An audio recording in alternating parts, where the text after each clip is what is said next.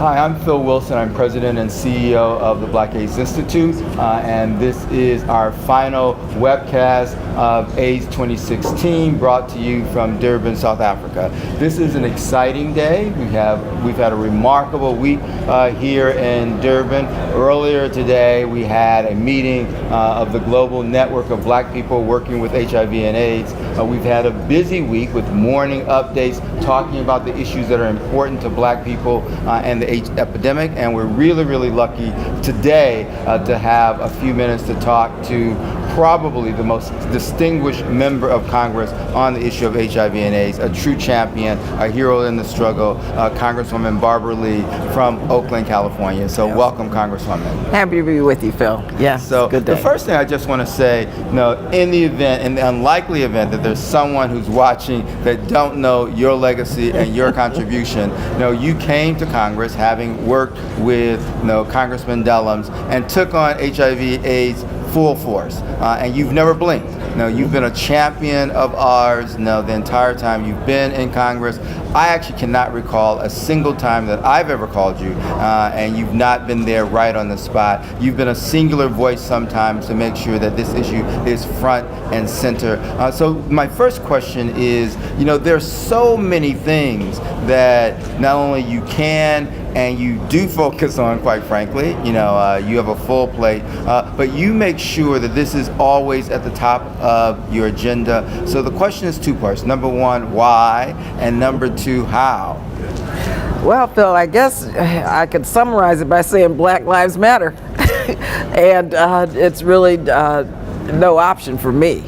When we look at, first of all, where we've been and where we must go, it's not only myself. We have other members of Congress who really are involved in this whole effort. I mean, you may remember in the late 90s, you were very helpful and instrumental in making sure that we established the Minority AIDS Initiative with Congresswoman Waters and Donna Christensen, and we've been fighting that battle, trying to make sure the resources were there for the Minority AIDS Initiative. But one of the areas that I've been always concerned about and fighting for is to bring Africans in the diaspora, Black people together on every issue, because this is a very small world and we are people of African descent in America. And so I did not want to see the fight against HIV and AIDS bifurcated and in silos, as we talked about earlier, but rather making sure we brought Black people together on this global epidemic. And I go back to Toronto and working with you and then our great beloved Julian Bond and the NAACP signing that declaration that really put African Americans right in the mix in terms of this global struggle. And so for me, this is a mission.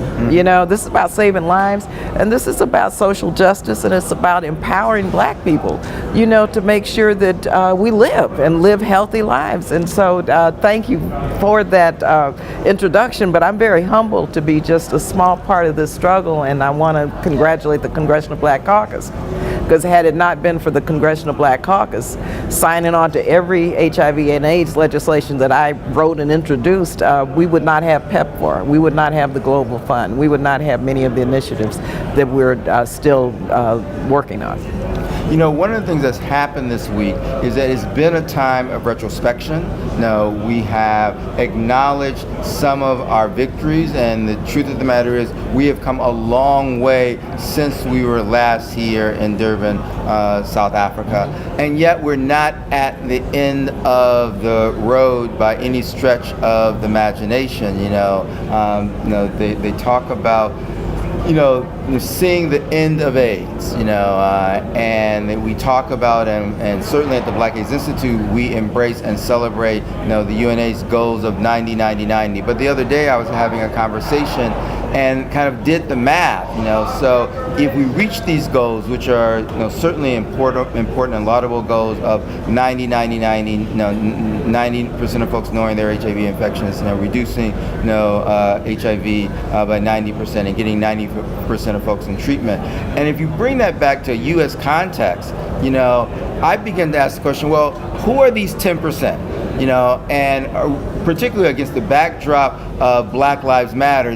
Black Americans represent roughly 10% of the U.S. population. And so the achievement of remarkably the 90-90-90 goals could mean that those 10% that are left behind could be us if we don't pay attention and stay in this fight. So can you respond to that? Yeah, Phil, you're absolutely right, and that's why I say at this conference it should be a wake-up call for all of us, because as we move toward 2030, yeah, you're right. It could be once again African Americans and Africans being left behind. But I think that we know what to do, and I think that with the Black AIDS Institute, with the movement, with the voices out there, I think we know that this is a possibility, and so up front we're going to preempt that, and I think we'll be able to turn this around and not be that 10%, and it's because of everyone working with the policymakers, the funders, and I think all of the working with the world to make sure that Africans and African Americans are not left behind as we move toward 2030. I was here in Durban in 2000, and then the theme was breaking the silence, and you remember the yellow t-shirts we all wore, and the focus in the media really did capture the hearts and minds of Americans and American policymakers. It was because of that push in the media and how we were able to shed some sunlight on what was taking place that we were able really, and I was able just in one small way to go back to the Congress and restore $42 million that week right after being here in Durban. But that just shows you how, if we work together and how if the media really continues to shed some light on what is taking place, I think we'll win this. I'm very optimistic, but of course it's always an uphill battle when you talk about Black Lives Matter because of our history, but it's so involved with issues around social justice and social determinants of how we address the eradication of HIV and AIDS and stamp it from the face of the earth. That's what we've got to do. No, absolutely, and you're right that the role of the media is critically important, and one of the things that the Black AIDS Institute has done this week is we've brought a delegation of Black journalists here to the International AIDS Conference, and the media has played a critical role, and we have two distinguished journalists on this panel this morning to help us kind of frame the conversation, and they have some questions for you. We have with us George Curry, who has been a very, very powerful force in media, with Emerge magazine, having worked at Ebony, having been at the NNPA for a number of years, and Linda Villarosa, was the past managing editor of Essence magazine and the New York Times, and he wrote some of the very, very first stories about AIDS in Black communities. And so we want to actually open the stage, open the platform to provide you with some opportunities to ask the Congresswoman some questions, and then we're going to open it to some other journalists who are in the room. So I'm going to go to the far end, and Linda, to have you start out with the first question. My daughter's here with me this week, and she's a young activist, and what she was telling me when we were talking last night was that too often young people are super energized about activism, about Black Lives Matter and other issues, but HIV isn't part of that, that movement. Can you talk about maybe for young people listening how HIV/AIDS fits into the issues that we care so deeply about in the U.S. as Black people, mass incarceration, police brutality, poverty, and things like that?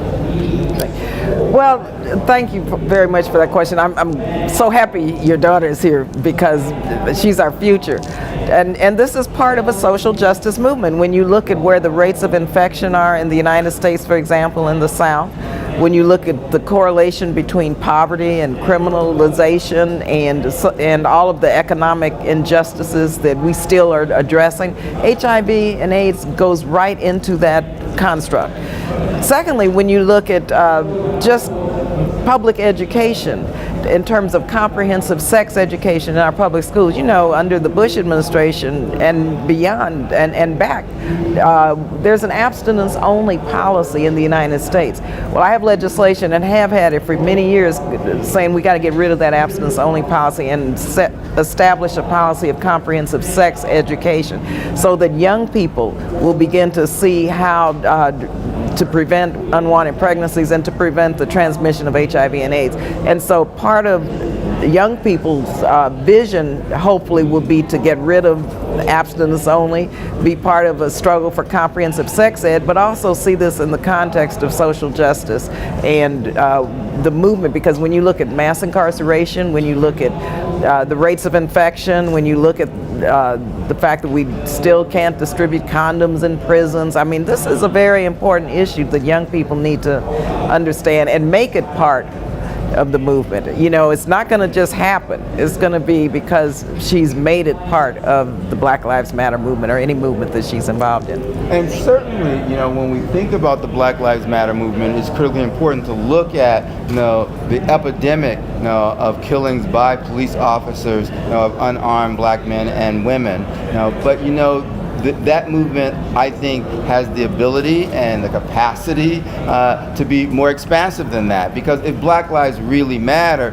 it really can't just be when we're lying dead in the streets. You know, it really has to include, you know, things like, you know, the achievement gap between black boys and other racial and ethnic groups that began as early as 6 years old. It has to include the unemployment of black teenagers, which is over 50%. It has to include the schoolyard to prison pipeline, you know, and it has to include HIV and AIDS as well, because otherwise it's not about black lives, it's about black deaths. Now, and I think that young people in particular have the capacity to understand that. Yeah, they do. And Phil, let me just say, I embrace and support the Black Lives Matter movement. They are phenomenal, and they're evolving. And I believe, you know, every time I hear, for instance, Alicia Garza speak, or a representative of the Black Lives Matter movement, they get it.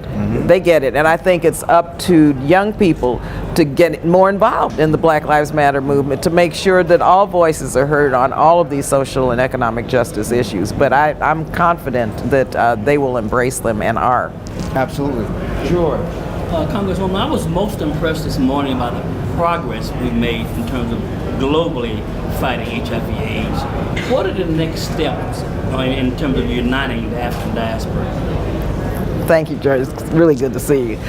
I think the next steps through the global network is to continue, and hopefully we can sustain the global network of people of African descent and Africans throughout the world. Because, you know, in strength and unity, we're very powerful. And we have to demand first that, for instance, coming from the United States context, that the resources are there, because, you know, we're under a very serious cloud right now in terms of congressional funding, and we've maintained some, but next year the budget cuts are going to take place again. And so I hope that African Americans really see the budget struggles in the United States and the appropriations processes and the elections. I mean, this is very political, and understand that this election will be a defining moment. Do we go forward or backwards, and get engaged in the election? And you know where I'm coming from on these elections. I mean, you know, we need to get out there right now, because this is so critical in terms of our overall plight. So next steps for me, make sure we do not elect Donald Trump as president, okay? Because with him and a Republican House, hopefully we'll be able to take back the House and take back the Senate, so we can have a focus and a priority on HIV and AIDS and its funding. But it scares me to death if in the United States the community sits this election out. You know, a lot is at stake in November, and so next steps for us as African Americans in this global fight against HIV and AIDS is to get involved in these elections. And certainly, you know, elections have consequences. Now, and I think that people really need to pay attention to what the candidates are saying, and to identify the candidate that speaks to the issues that are important to you, and to make sure that you cannot sit this out, because quite frankly, sitting it out, in essence, is a way to vote as well. That's right. You know, let me remind you, Phil. Remember World AIDS Day in New York? I was there with you. You presented me with this wonderful award. It was a very moving moment.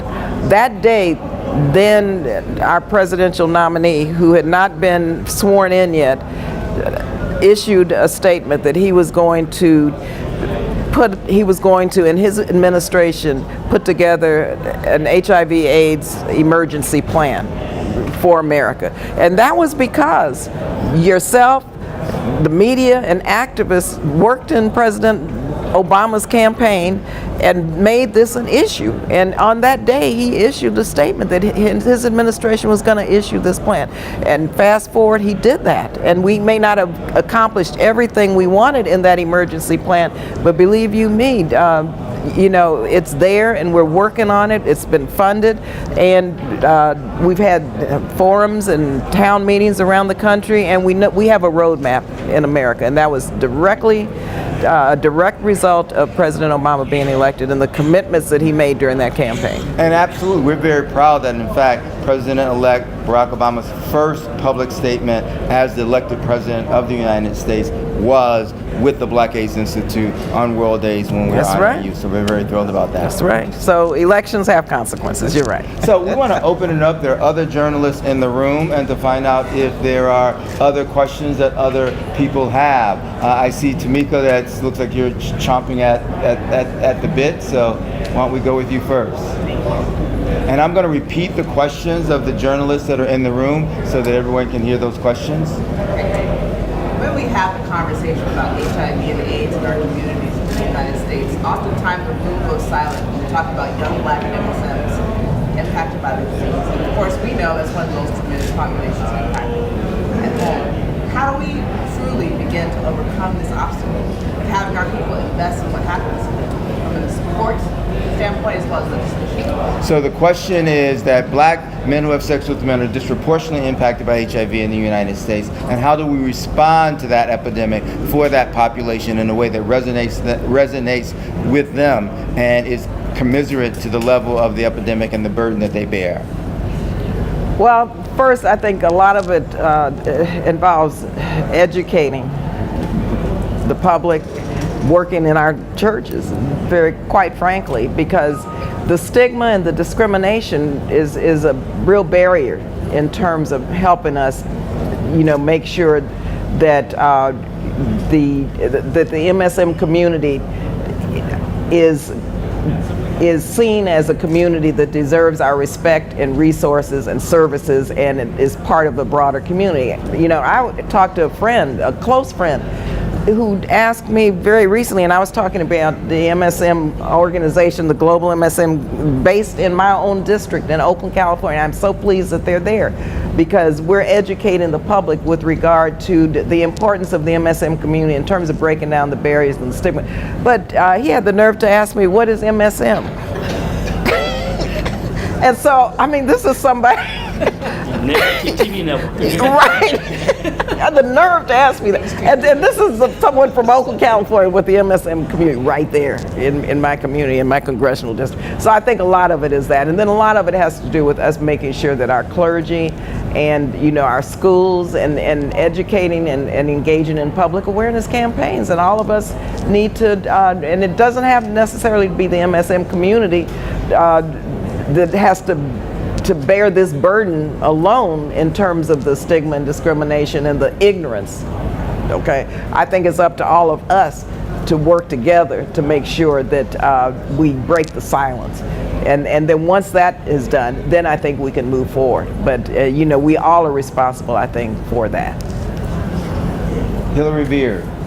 Hi, Hi. Congresswoman. Thank you so much for your great work. I don't know if you were here when this happened, but earlier this week, the British medical journal, The Lancet, put out a special issue on prisoners and HIV all around the world.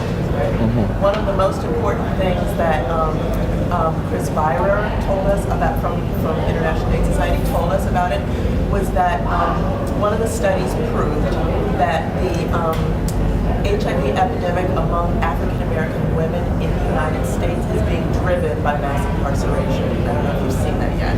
And so what he shared is that 14% of people with HIV are being cycled through state and federal prisons every year. They're coming out into the community without being linked to care, without enough meds. They run out of meds. As a result, their viral load spikes right when they're reconnecting sexually with people in the community.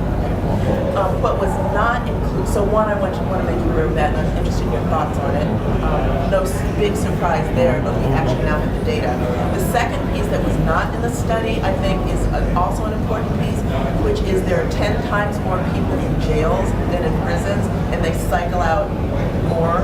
So there is, and data on jails, what's happening in jails, and who's in jails, and how long people stay.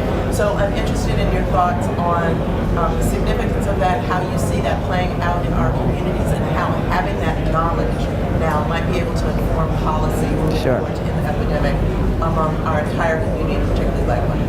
Thank Sorry for the long question. Yeah, no, thank So you. I'm going to repeat that for the benefits of our folks who are watching. The first thing, Lancet this week released data showing about prisoners and prisons and mass incarceration. And in that data, they talked about the impact of mass incarceration on the infection rates of Black women, and that in fact is the driver of new infections among Black women.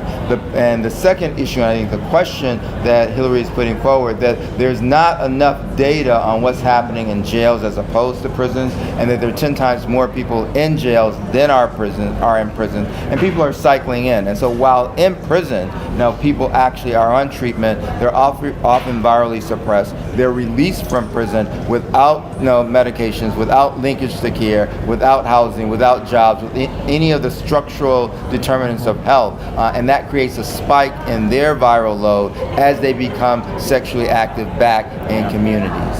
Well, thank you for that question, and let me say, we've known this all along, quite frankly, and I'm glad that the study is out. I haven't read it, but I heard about it last night.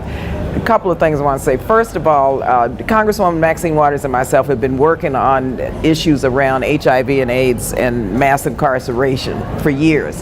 And going back to Black Lives Matter movement, I mean, this could be an intersection for BLF, in terms of the movement. But, when formerly incarcerated individuals, when they're out of jail, what do they may have 2 or 3 prescriptions for their meds, period, ...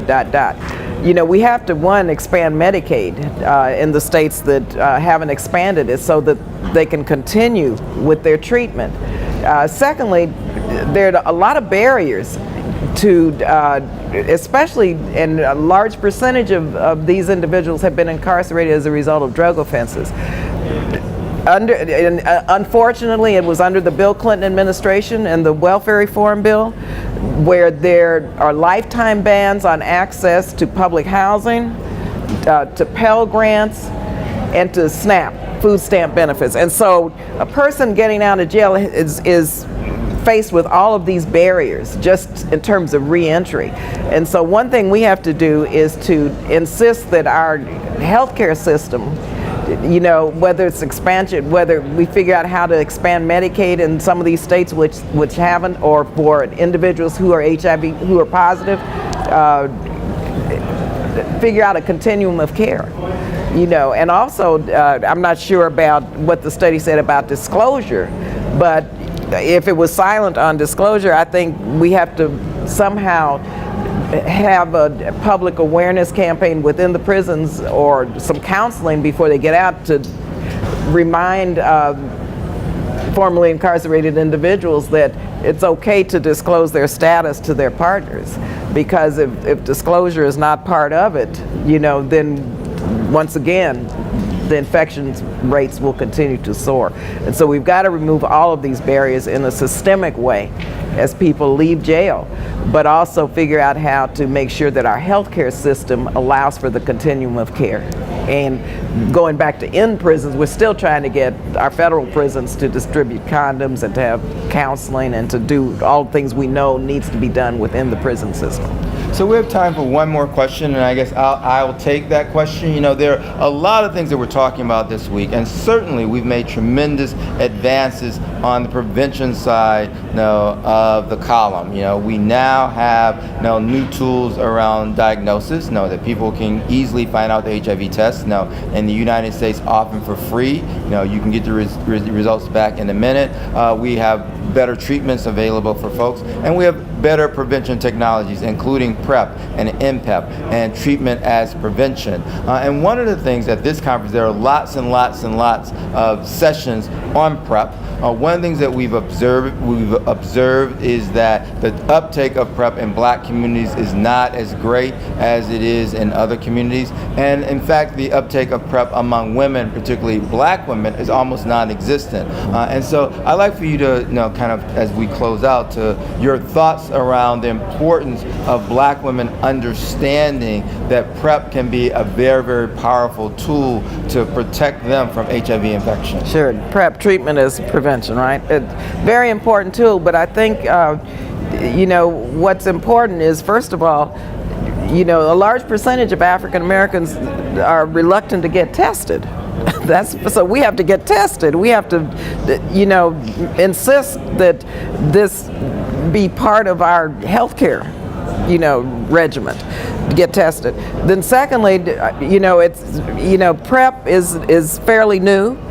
We need to make sure that in all of our healthcare, in our community health clinics, that our physicians, that our healthcare workers understand that they should incorporate counseling African American women about PrEP, because most women probably it's non-existent because we just don't know a lot about it, and we're the last to learn, And so I think we need to invest some resources into outreach and into education and into helping our healthcare system incorporate this as part of their protocol when they're seeing African American women in counseling. But getting tested is essential. We get tested every year. Members of Congress, we finally got members of the Black Caucus and others to get tested. I was here in South Africa on World AIDS Day with Congresswoman Christensen. We were with Bishop Tutu at the U.S. Embassy. We got tested publicly, and there were many young people here.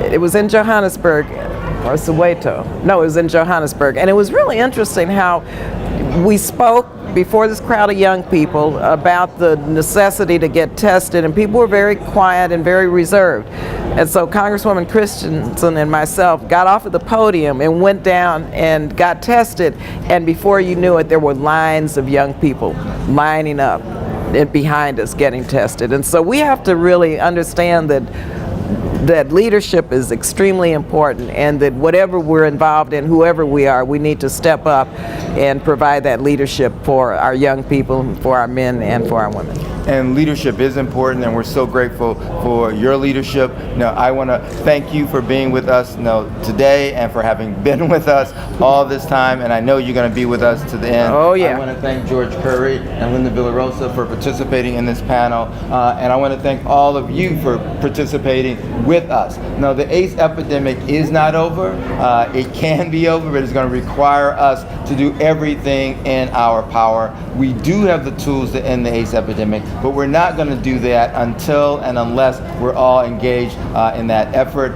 We invite all of you to continue this journey with the Black AIDS Institute. You can join us at www.blackaids.org, www.blackaids.org. You can follow us on our Black AIDS Weekly. As you all know, this week we're publishing our Black AIDS Weekly every day, the Black AIDS Daily.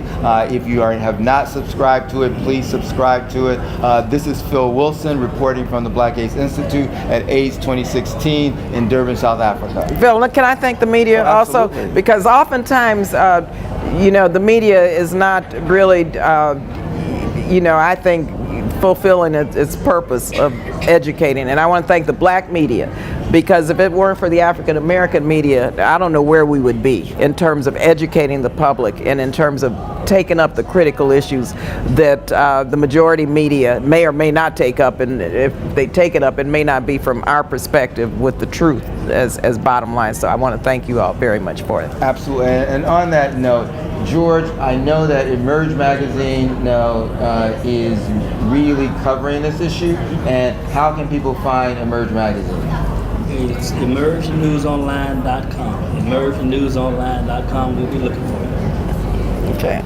Again, we want to thank all of our panelists. We want to thank our delegation. We certainly want to thank the team at the Black AIDS Institute, specifically Rebecca Israel and Erica Liquist on our team, who's actually led our delegation. And again, this is Phil Wilson from the Black AIDS Institute reporting to you from Durban, South Africa.